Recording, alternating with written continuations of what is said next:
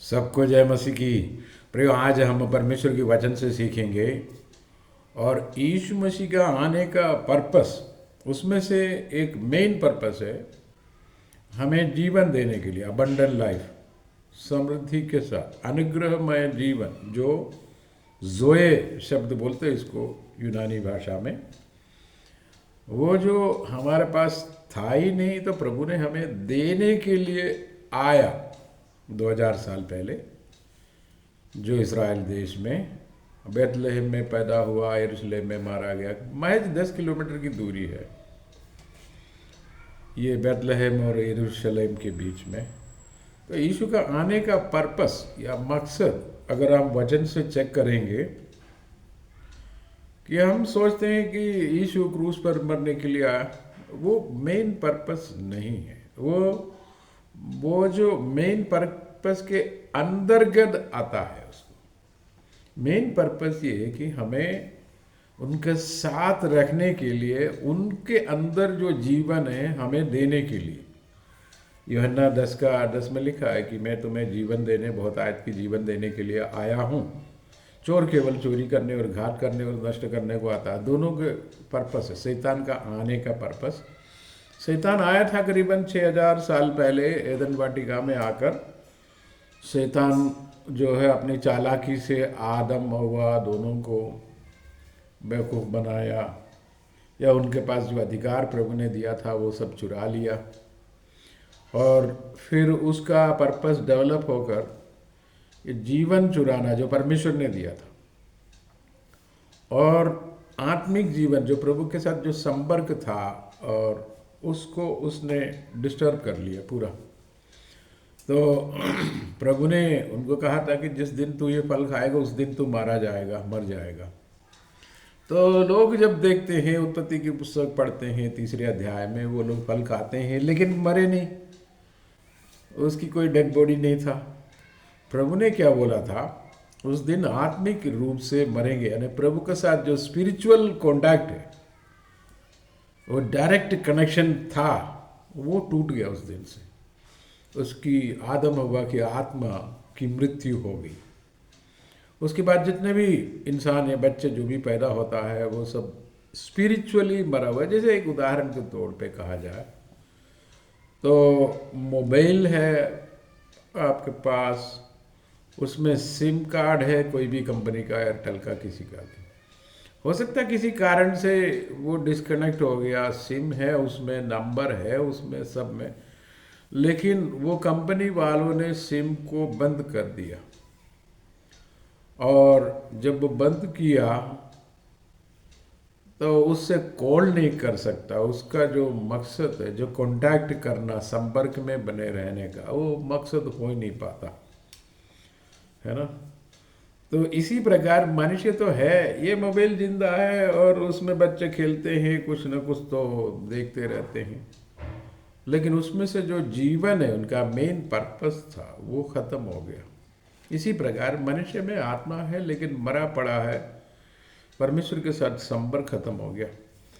तो शैतान की इस चालाकी से मनुष्य को बचाने के लिए प्रभु आ गया। प्रभु को आगमन से पहले काफ़ी वचन को बोलना था। भविष्यवक्ताओं ने बोल बोल के 4000 साल तक तकरीबन बोला। तो समय का पूरा आने पर, होने पर, स्त्री के संतान के रूप में पुराना नियम यानी मूसा के कानून कायदे के नियम के अधीनता में यीशु मसीह पैदा हुआ, और जो कानून कायदे के अंतर्गत मरे पड़े थे, हम सबको, सारे मनुष्य को उसने जिंदा किया, और वही उसका पर्पस है, हमें जिलाकर, जीवन देकर पुनः स्वर्ग में उनके साथ रहने का, जो पहले थे।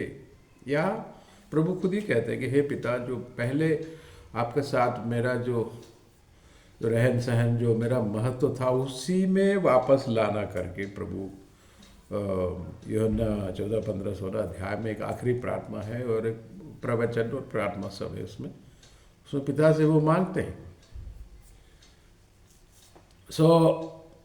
उसका आने का मकसद है कि आपको, मुझको बचाकर पुनः अनंत काल तक उसी में रहे। और यीशु ने उस मकसद में उस बात में सक्सेस हुआ, यानी मरते मरते अपना जान देकर भी हमें बचा लिया। अच्छा चरवाहा अपना भेड़ों के लिए अपना जान दे देता है। ये यूहन्ना 10:11 में और उसी अध्याय में क्या लिखा है कि मेरी भेड़ें मेरी आवाज़ सुनती है परंतु पर आगे नहीं सुनती, परंतु वो भाग जाती है। यानी और आपके और प्रभु के बीच में एक संपर्क, आत्मा स्पिरिट, आत्मा से एक संपर्क हो गया। वो वचन उसको क्लियर करके दे देते हैं, है ना। वचन जो उसको क्लियर कर देता, सो वचन जब उसको क्लियर करता है तो आपको आइडेंटिटी मिल जाता है वचन के थ्रू। अरे प्रभु ने मुझे बचाने आया, उनका समान मुझे बनाने आया, मेरे अंदर आत्मा है, वो आत्मा को जीवित कर दिया, यीशु ने अपने आत्मा मुझको दिया। सो इस बात को जब आप देखते हैं तो प्रभु यीशु की वचन जब आप बार बार पढ़ेंगे तो आपको समझ में आता है यीशु का आने का मुख्य मकसद मुझे बचाना है, मुझे इसकी संगति में वापस ले जाना और उनका जीवन मुझे देना।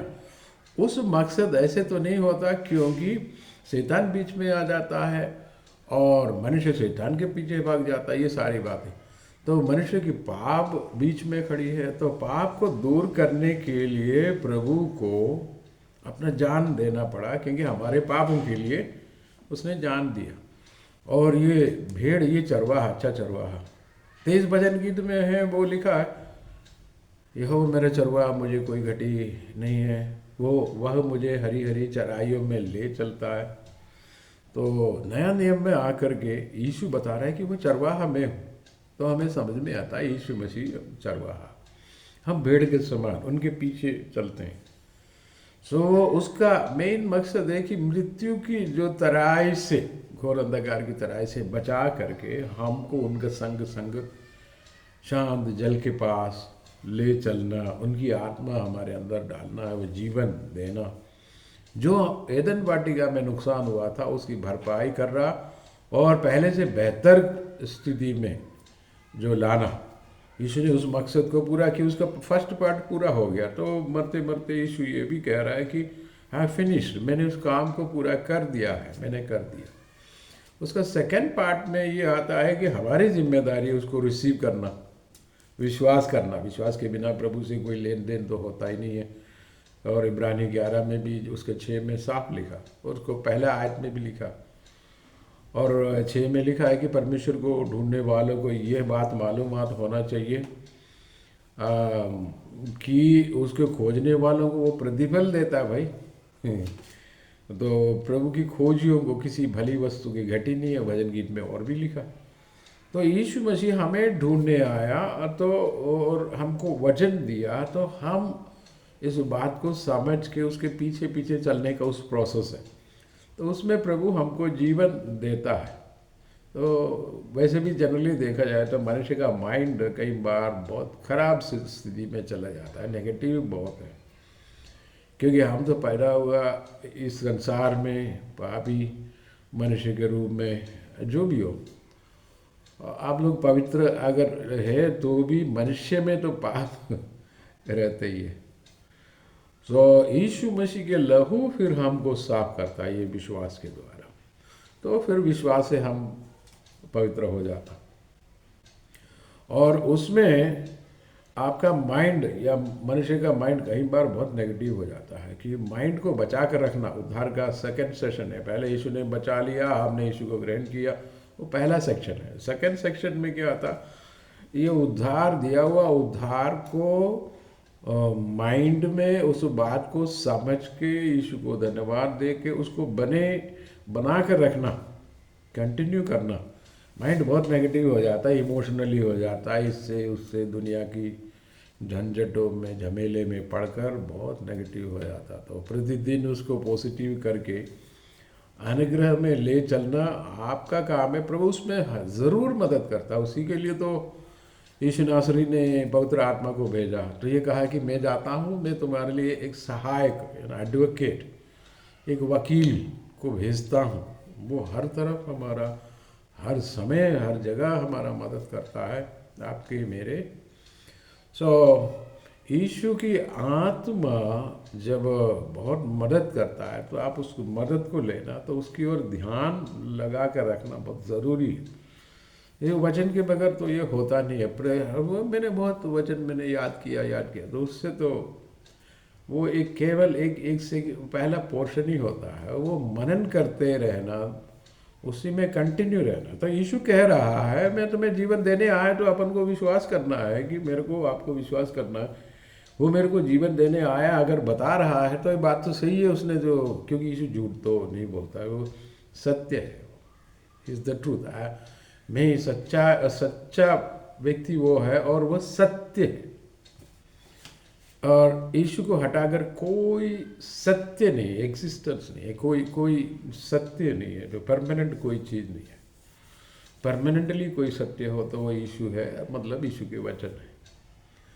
तो वो जब हमको बता रहा है कि जो झूठ ना बोलने वाला, जो कभी ना बोल सका या सकने वाला, कभी ना बोलने वाला यीशु, झूठ कभी ना बोलने वाला, सत्य बता रहा है कि भाई मैं जीवन हूँ, मैं तुम्हें जीवन देने आया हूँ। तो we need to believe it. ये संसार जो है जीवन दे नहीं सकता। संसार के लोगों में हो सकता है टेम्पररी मदद करे, टेम्पररी तो कुछ स्माइल करे, कुछ ऐसा करे, वो परमानेंट नहीं है। वो परमानेंटली जो मदद करता है वो यीशु है, और शांति जो देता है। इसलिए 26 की शुरुआत में उस पर, दूसरी तीसरी आयत में, उस पर जिसने पूरे दिल लगा कर रखा है, ट्रस्ट किया है, भरोसा किया, और तो तब प्रभु क्या करता है, प्रभु उस व्यक्ति को, जिसने भी किया, आपने किया तो मैंने किया, प्रभु उस व्यक्ति को पूर्ण शांति के साथ चलाता है। तो ये संसार जो है पूर्ण शांति नहीं देता, कई बार वो शांति खींच लेता है और उसके विपरीत में टेंशन देता है। तो शांति देने हारा प्रभु आया और पवित्र आत्मा का कृपा, अनुग्रह, वरदान सब दिया। यीशु ने सब कुछ हमें देने की वायदा भी किया और वो वायदा पूरा भी करता है। तो यीशु एक स्टेबल व्यक्ति है, इस अ पर्सन, एक व्यक्ति है, इतने अनुग्रहकारी व्यक्ति है और वायदे के पक्का है। और ये नहीं कि उसने बोला नहीं नहीं नहीं मैं तुम्हारे पास नहीं आता हूँ करके अपन को अलग नहीं करता। ये इसमें एक बहुत बड़ा गुण है, ये ना पर्सनल है। अब पौलुस की स्टोरी, प्रेरितों का पुस्तक वगैरह में आप पढ़ के देखो, और जहाँ जाता है तो प्रभु यीशु उनके साथ रहता है और उनको बोलता है यहीं जाओ करो। इतनी टेंशन, यानी टेंशन वाली कंडीशन में ये पौलुस कैसे स्थिर रहा, शांत रहा। यीशु उनके साथ रहा, कभी छोड़ कर नहीं गया, मैं तुझे नहीं त्यागूंगा, मैं तुझे नहीं छोड़ूंगा। उसको बहुत मदद किया। तो इतनी हजारों लाखों आत्माओं को प्रभु के लिए जीतने वाला व्यक्ति पौलुस जो है यीशु के साथ रहा। यीशु जिसके साथ रहा उनको शांति के साथ चलाया।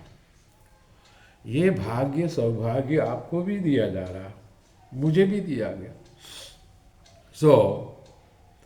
ये जो शांति, ये जीवन, जोए लाइफ, स्वर्ग के जीवन, अनुग्रह के जीवन, इस संसार में भी इन एडवांस में दिया जाता है।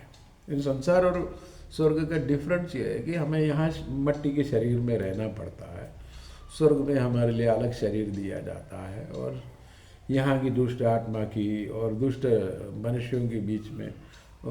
लेकिन स्वर्ग में ऐसा कोई वो नहीं है, वहाँ शैतान का कोई जगह नहीं है। यीशु के साथ, स्वर्गदूतों के साथ, विश्वासियों के साथ रहना है, वहाँ का माहौल ही अलग है। लेकिन उसका एक ब्लेसिंग रिलीज करके इधर दे दिया, कहाँ, पृथ्वी पर। और बाहर से, आउटसाइड से प्रेशर और नेगेटिविज्म आता ज़रूर है, तो लेकिन भीतर से अनुग्रह भी आता। और ये वचन हमको कंफर्म कर देता है कि यीशु जीवन देता है। नेगेटिविज्म बहुत ज़्यादा है संसार में, प्रभु जीवन देता है। और ऊपर से बहुतायत की जीवन की बात भी कहा। ये बहुतायत की जीवन क्या, और तीसरा यूहन्ना 2 में लिखा है, मेरे प्रिय, मैं तुम्हारे लिए प्रार्थना करता हूँ, इच्छा रखता हूँ कि तुम जैसे जैसे वचन से अपना माइंड को डेवलप करते हो या उन्नति करते हो, वैसे वैसे तुम्हारे जीवन में तरह तरह की उन्नति आए और तुम चंगा भला रहे, यानी भला चंगा रहे, हेल्थ भी रहे, ये स्पेशली प्रभु चाहता, प्रभु की इच्छा। तो ये जीवन मृत्यु में से प्रभु ने हमें जीवन की तरफ ले आया। हाँ, और इस पोजीशन में और हमें सीखना, अच्छा प्रभु ने इतना काम किया, इतना बड़ा काम किया, तो मुझे तो देखना, तो मेरे जीवन में परिवर्तन तो आना चाहिए। और आत्मिक, आर्थिक, शारीरिक, मानसिक हर तरफ से प्रभु हमको ब्लेस करते हैं या नेगेटिविज्म से बाहर लाते हैं। सबसे पहले मन में शांति देता।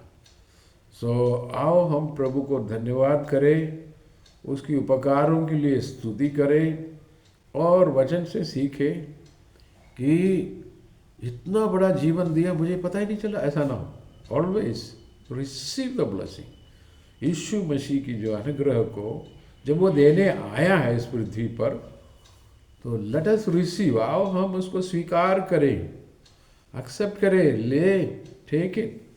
और प्रभु ने मना थोड़ी किया तुम मत लो करके, ठीक है।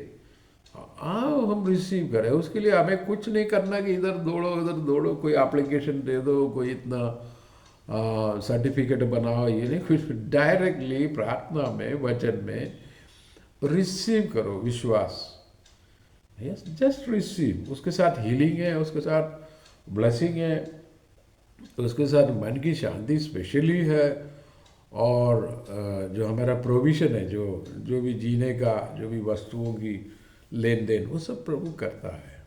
वो सब पूरा पैकेज है ये जीवन में, बहुतायत की जीवन में। लेकिन बहुतायत का जीवन है क्या करके अपन को देखना है, बट अभी समय की कमी के कारण वो इसको अपन आगे देखेंगे। जो समृद्धि का जीवन, अबंडेंट जोय लाइफ, और जो प्रभु यीशु मसीह ने हमको गारंटी दिया है, गारंटीड, चाहे दुनिया में कितना भी तूफान क्यों ना हो, उसने हमें, यीशु ने हमें यकीनन इस बात को बताया है। तो आओ हम धन्यवाद करें इसको और इसके बारे में सीखेंगे। खुदा आपको बरकत दे। God bless you.